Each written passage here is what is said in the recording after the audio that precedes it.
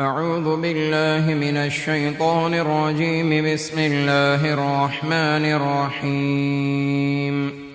لن تنالوا البر حتى تنفقوا مما تحبون وما تنفقوا من شيء فإن الله به عليم. كل الطعام كان حلا لبني إسرائيل إلا ما حرم إسرائيل على نفسه من قبل أن تنزل التوراة. قل فأتوا بالتوراة فاتلوها إن كنتم صادقين. فمن افترى على الله الكذب من بعد ذلك فأولئك هم الظالمون. قل صدق الله. فاتبعوا ملة إبراهيم حنيفا وما كان من المشركين. إن أول بيت وضع للناس للذي ببكة مباركا وهدى للعالمين. فيه آيات بينات مقام إبراهيم ومن دخله كان آمنا. ولله على الناس حج البيت من استطاع إليه سبيلا ومن كفر فإن الله غني عن العالمين. قل يا أهل الكتاب لم تكفرون بآيات الله والله شهيد على ما تعملون. قل يا أهل الكتاب لم تصدون عن سبيل الله من آمن تبغونها عوجا وأنتم شهداء وما الله بغافل عما تعملون. يا أيها الذين آمنوا إن تطيعوا فريقا من الذين أوتوا الكتاب يردوكم بعد إيمانكم كافرين. وكيف تكفرون وأنتم تتلى عليكم آيات الله وفيكم رسوله ومن يعتصم بالله فقد هدي إلى صراط مستقيم. يا أيها الذين آمنوا اتقوا الله حق تقاته ولا تموتن إلا وأنتم مسلمون.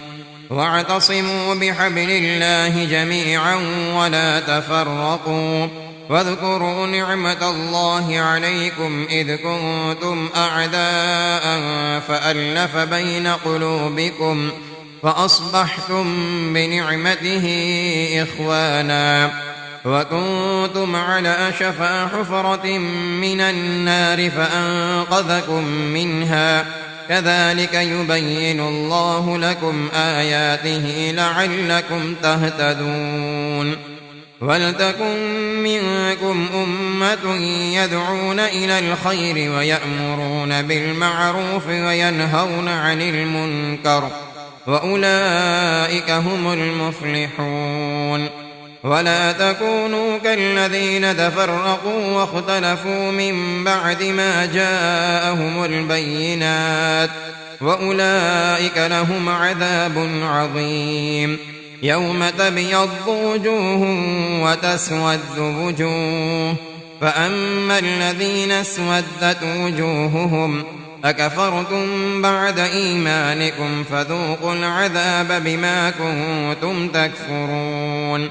وأما الذين ابيضت وجوههم ففي رحمة الله هم فيها خالدون. تلك آيات الله نتلوها عليك بالحق وما الله يريد ظلما للعالمين. ولله ما في السماوات وما في الأرض وإلى الله ترجع الأمور. كنتم خير أمة أخرجت للناس تأمرون بالمعروف وتنهون عن المنكر وتؤمنون بالله. ولو آمن أهل الكتاب لكان خيرا لهم منهم المؤمنون وأكثرهم الفاسقون. لن يضروكم إلا أذى وإن يقاتلوكم يولوكم الأدبار ثم لا ينصرون. ضربت عليهم الذلة أينما ثقفوا إلا بحبل من الله وحبل من الناس وباءوا بغضب من الله وضربت عليهم المسكنة ذلك بأنهم كانوا يكفرون بآيات الله ويقتلون الأنبياء بغير حق ذلك بما عصوا وكانوا يعتدون ليسوا سواء من أهل الكتاب أمة قائمة يتلون آيات الله آناء الليل وهم يسجدون يؤمنون بالله واليوم الآخر ويأمرون بالمعروف وينهون عن المنكر ويسارعون في الخيرات وأولئك من الصالحين وما يفعلوا من خير فلن يكفروا والله عليم بالمتقين إن الذين كفروا لن تغني عنهم أموالهم ولا أولادهم من الله شيئا وأولئك أصحاب النار هم فيها خالدون مثل ما ينفقون في هذه الحياة الدنيا كمثل ريح فيها صر أصابت حرث قوم ظلموا أنفسهم فأهلكت وما ظلمهم الله ولكن أنفسهم يظلمون يا أيها الذين آمنوا لا تتخذوا بطانة من دونكم لا يألونكم خبالا ودوا ما عنتم قد بدت البغضاء من أفواههم وما تخفي صدورهم أكبر قد بينا لكم الآيات إن كنتم تعقلون ها أنتم أولئك تحبونهم ولا يحبونكم وتؤمنون بالكتاب كله وإذا لقوكم قالوا آمنا وإذا خلوا عضوا عليكم الأنامل من الغيظ قل موتوا بغيظكم إن الله عليم بذات الصدور إن تمسسكم حسنة تسؤهم وإن تصبكم سيئة يفرحوا بها وإن تصبروا وتتقوا لا يضركم كيدهم شيئا إن الله بما يعملون محيط وإذ غدوت من أهلك تبوئ المؤمنين مقاعد للقتال والله سميع عليم إذ هم الطائفتان منكم أن تفشلا والله وليهما وعلى الله فليتوكل المؤمنون ولقد نصركم الله ببدر وأنتم أذلة فاتقوا الله لعلكم تشكرون إذ تقول للمؤمنين ألن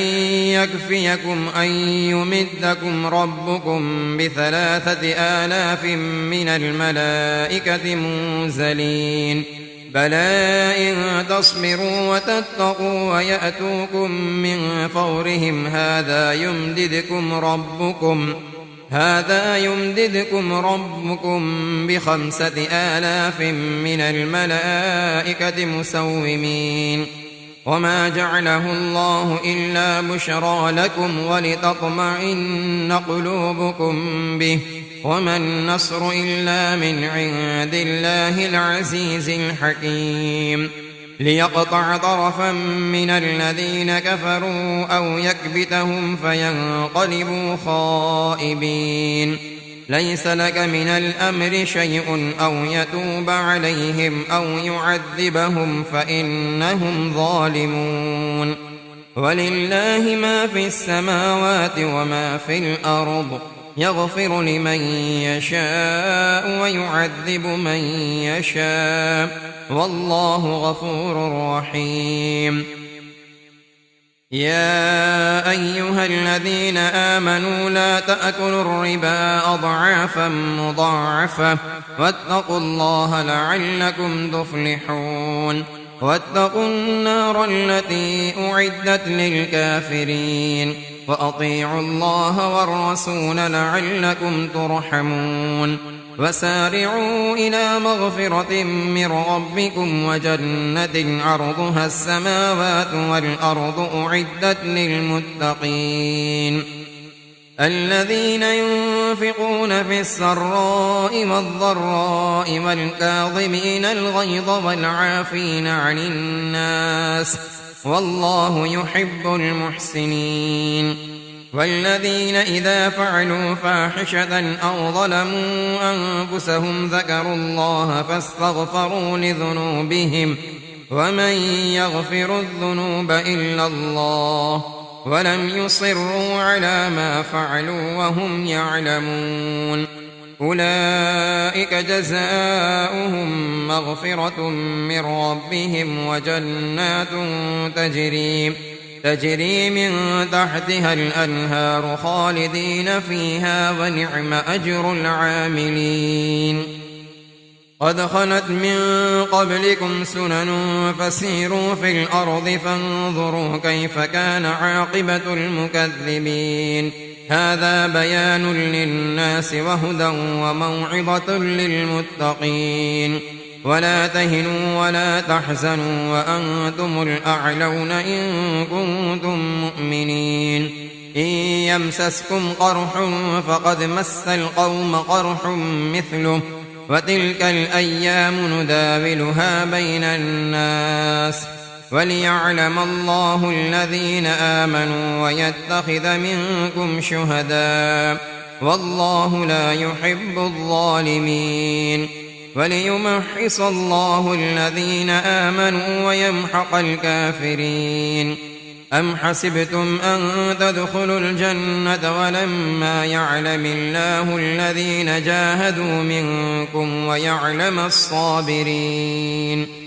ولقد كنتم تمنون الموت من قبل أن تلقوه فقد رأيتموه وأنتم تنظرون وما محمد إلا رسول قد خلت من قبله الرسل أفإن مات أو قتل انقلبتم على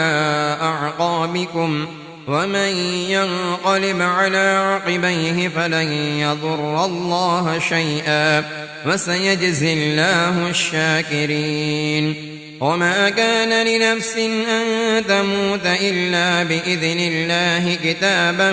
مؤجلا ومن يرد ثواب الدنيا نؤته منها ومن يرد ثواب الآخرة نؤته منها وسنجزي الشاكرين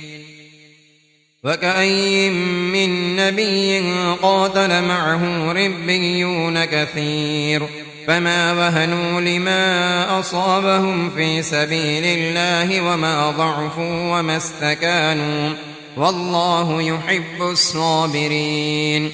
وما كان قولهم إلا أن قالوا ربنا اغفر لنا ذنوبنا وإسرافنا في أمرنا وثبت أقدامنا وانصرنا على القوم الكافرين فآتاهم الله ثواب الدنيا وحسن ثواب الآخرة والله يحب المحسنين يا أيها الذين آمنوا إن تطيعوا الذين كفروا يردوكم على أعقابكم فتنقلبوا خاسرين بل الله مولاكم وهو خير الناصرين سنلقي في قلوب الذين كفروا الرعب بما أشركوا بالله ما لم ينزل به سلطانا ومأواهم النار وبئس مثوى الظالمين ولقد صدقكم الله وعده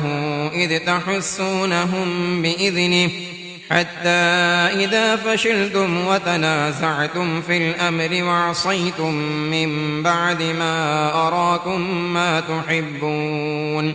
منكم من يريد الدنيا ومنكم من يريد الآخرة ثم صرفكم عنهم ليبتليكم ولقد عفا عنكم والله ذو فضل على المؤمنين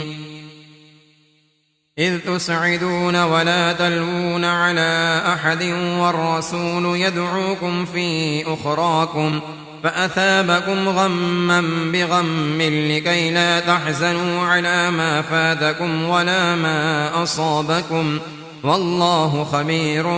بما تعملون ثم أنزل عليكم من بعد الغم أمنة نعاسا يغشى طائفة منكم وطائفة قد أهمتهم أنفسهم يظنون بالله غير الحق ظن الجاهلية يقولون هل لنا من الأمر من شيء قل إن الأمر كله لله يخفون في أنفسهم ما لا يبدون لك يقولون لو كان لنا من الأمر شيء ما قتلنا هاهنا قل لو كنتم في بيوتكم لبرز الذين كتب عليهم القتل إلى مضاجعهم وليبتلي الله ما في صدوركم وليمحص ما في قلوبكم والله عليم بذات الصدور إن الذين تولوا منكم يوم التقى الجمعان إنما استزلهم الشيطان ببعض ما كسبوا ولقد عفى الله عنهم إن الله غفور حليم يا أيها الذين آمنوا لا تكونوا كالذين كفروا وقالوا لإخوانهم إذا ضربوا في الأرض أو كانوا غزا لو كانوا عندنا ما ماتوا وما قتلوا ليجعل الله ذلك حسرة في قلوبهم والله يحيي ويميت والله بما تعملون بصير ولئن قتلتم في سبيل الله أو متم لمغفرة من الله ورحمة خير مما يجمعون ولئن متم أو قتلتم لإلى الله تحشرون فبما رحمة من الله لنت لهم ولو كنت فظا غليظ القلب لانفضوا من حولك فاعف عنهم واستغفر لهم وشاورهم في الأمر فإذا عزمت فتوكل على الله إن الله يحب المتوكلين إن ينصركم الله فلا غالب لكم وإن يخذلكم فمن ذا الذي ينصركم من بعده وعلى الله فليتوكل المؤمنون وما كان لنبي أن يغل ومن يغل يأت بما غل يوم القيامة ثم توفى كل نفس ما كسبت وهم لا يظلمون أفمن اتبع رضوان الله كمن باء بسخط من الله ومأواه جهنم وبئس المصير هم درجات عند الله والله بصير بما يعملون لقد من الله على المؤمنين إذ بعث فيهم رسولا من أنفسهم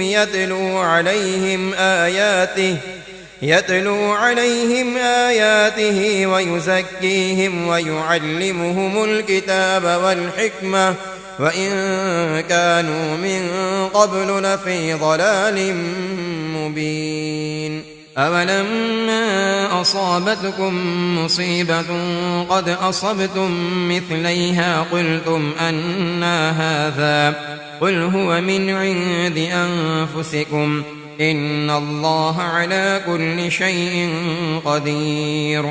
وما أصابكم يوم التقى الجمعان فبإذن الله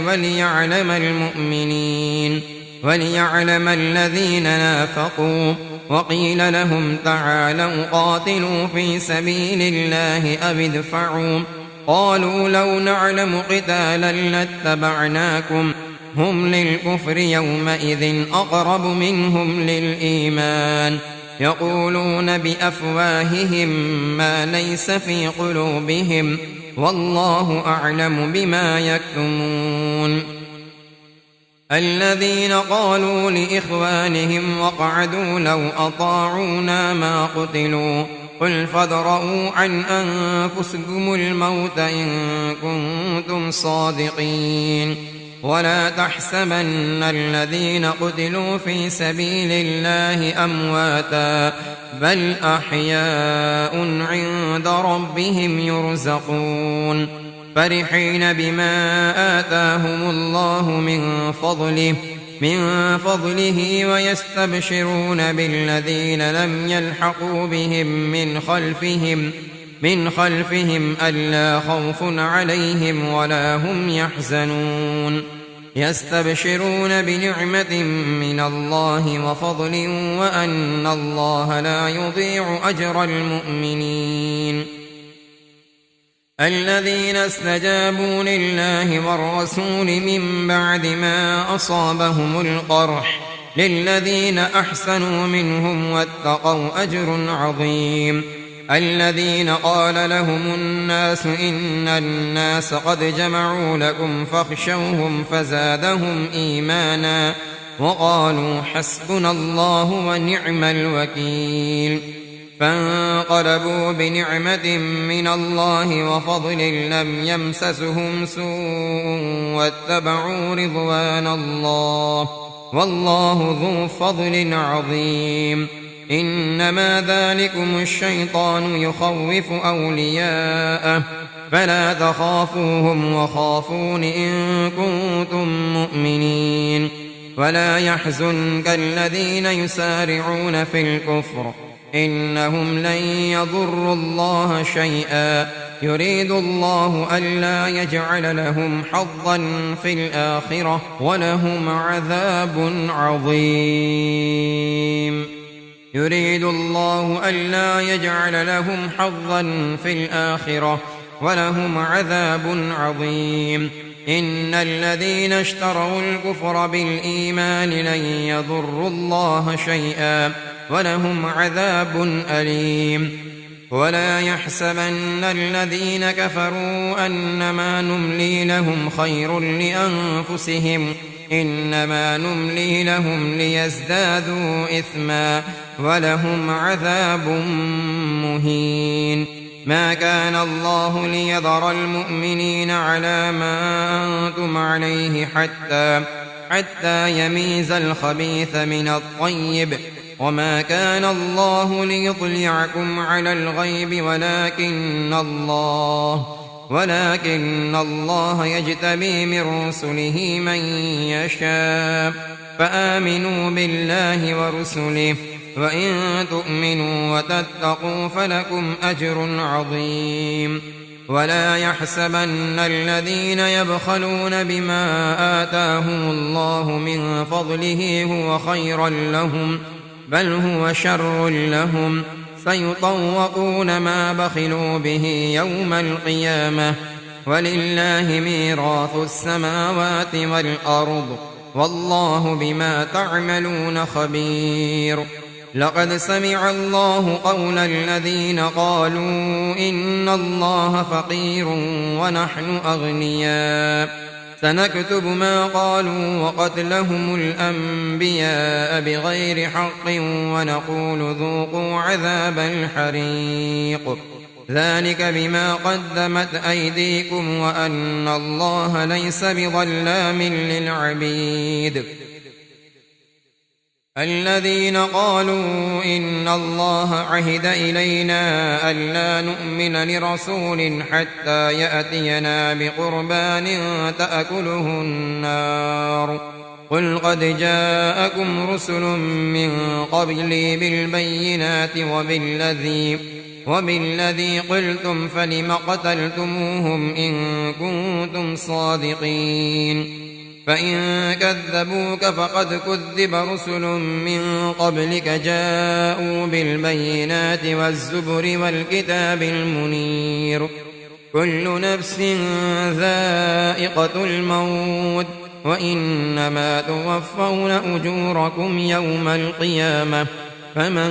زحزح عن النار وأدخل الجنة فقد فاز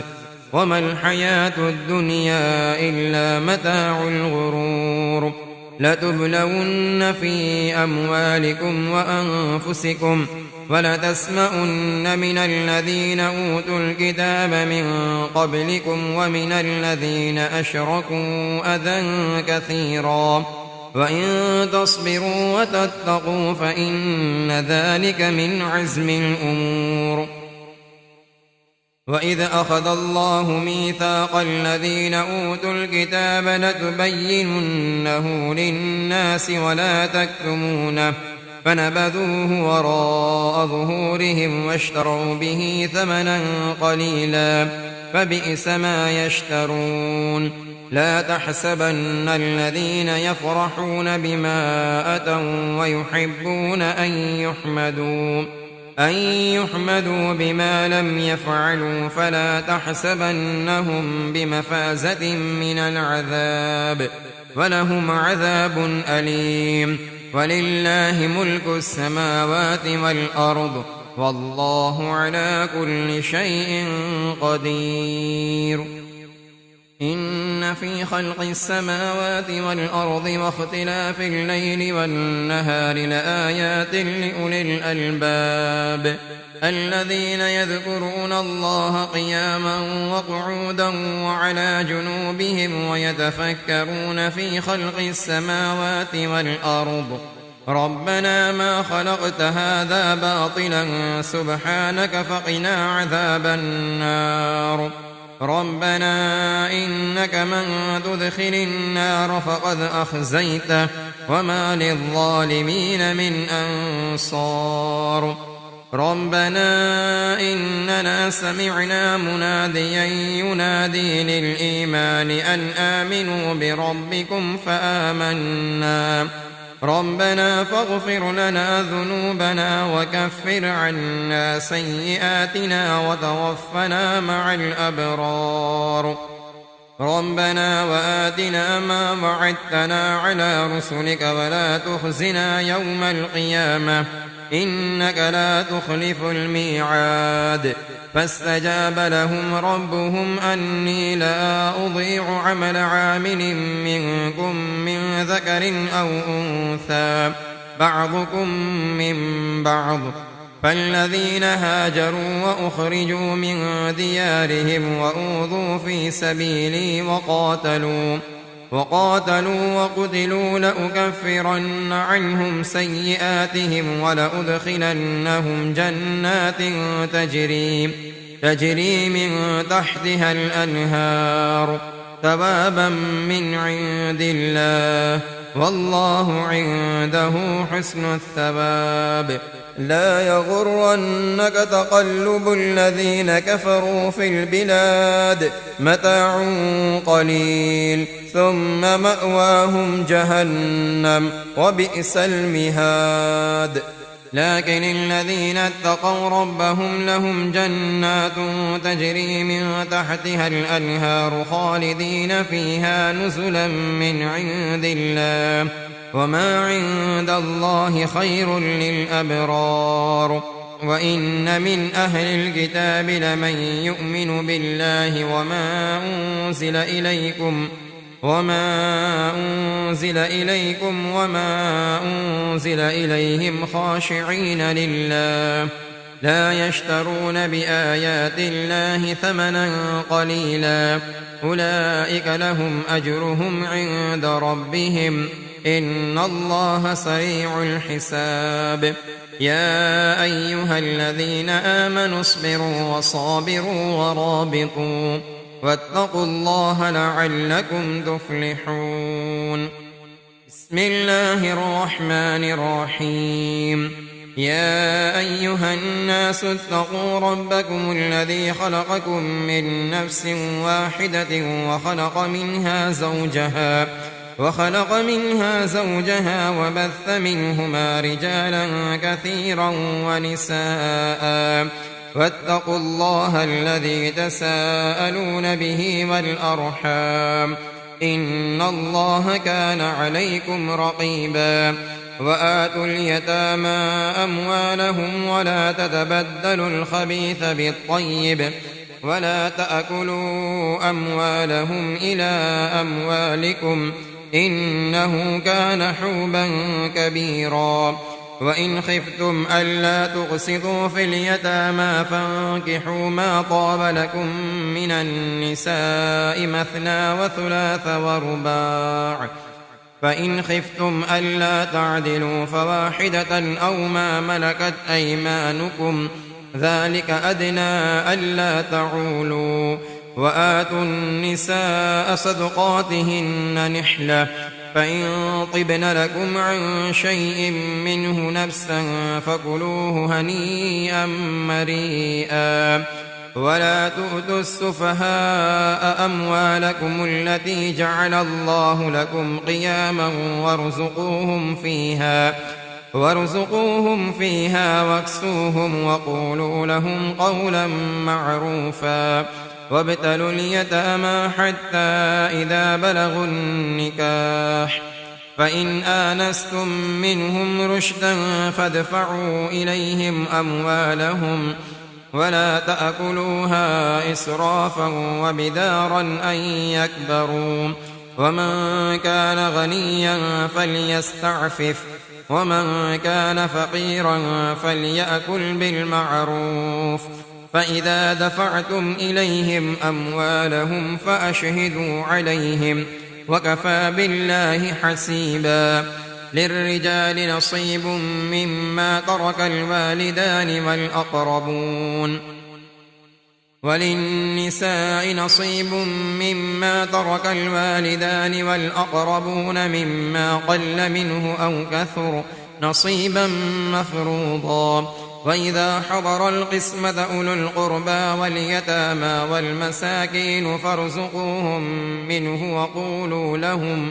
وقولوا لهم قولا معروفا وليخشى الذين لو تركوا من خلفهم ذرية ضعافا خافوا عليهم فليتقوا الله وليقولوا قولا سديدا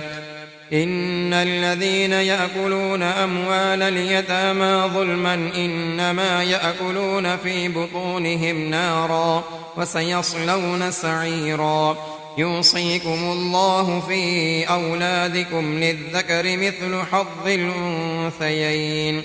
فإن كن نساء فوق 2 فلهن ثلثا ما ترك وإن كانت واحدة فلها النصف ولأبويه لكل واحد منهما السدس مما ترك إن كان له ولد فإن لم يكن له ولد وورثه أبواه فلأمه الثلث فإن كان له إخوة فلأمه السدس من بعد وصية يوصي بها أو دين آباؤكم وأبناؤكم لا تدرون أيهم أقرب لكم نفعا فريضة من الله إن الله كان عليما حكيما ولكم نصف ما ترك أزواجكم إن لم يكن لهن ولد فإن كان لهن ولد فلكم الربع مما تركن من بعد وصية يوصين بها أو دين ولهن الربع مما تركتم إن لم يكن لكم ولد فإن كان لكم ولد فلهن الثمن مما تركتم من بعد وصية توصون بها أو دين وإن كان رجل يورث كلالة أو امرأة وله أخ أو أخت فلكل واحد منهما السدس فإن كانوا أكثر من ذلك فهم شركاء في الثلث من بعد وصية يوصى بها أو دين غير مضار، وصية من الله والله عليم حليم. تلك حدود الله، ومن يطع الله ورسوله يدخله جنات تجري من تحتها الأنهار خالدين فيها، وذلك الفوز العظيم. ومن يعص الله ورسوله ويتعد حدوده يدخله نارا خالدا فيها وله عذاب مهين. واللاتي يأتين الفاحشة من نسائكم فاستشهدوا عليهن 4 منكم، فإن شهدوا فأمسكوهن في البيوت حتى يتوفاهن الموت أو يجعل الله لهن سبيلا.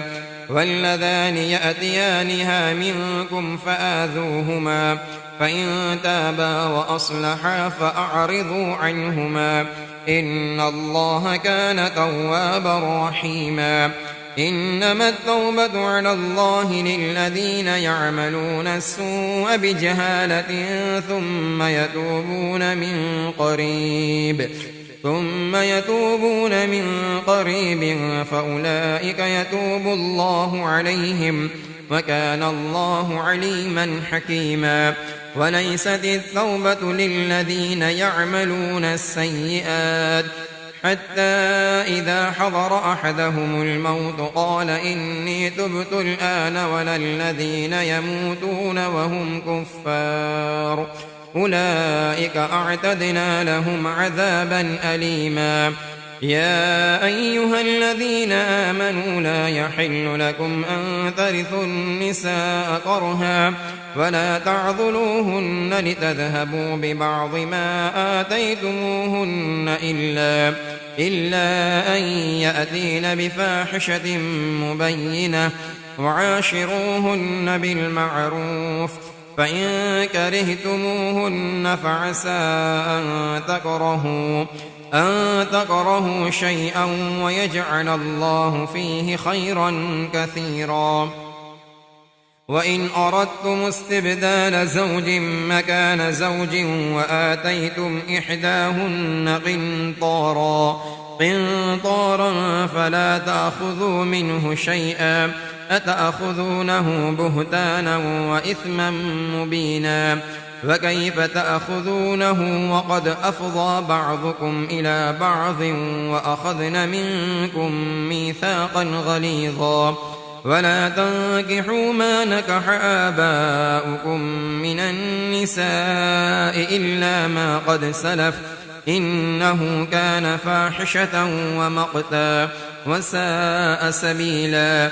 حرمت عليكم أمهاتكم وبناتكم وأخواتكم وعماتكم وخالاتكم وبنات الأخ وبنات الأخت وأمهاتكم اللاتي أرضعنكم وأخواتكم من الرضاعة وأمهات نسائكم وربائبكم اللاتي في حجوركم من نسائكم اللاتي دخلتم بهن، فإن لم تكونوا دخلتم بهن فلا جناح عليكم. وحلائل أبنائكم الذين من أصلابكم، وأن تجمعوا بين الأختين إلا ما قد سلف،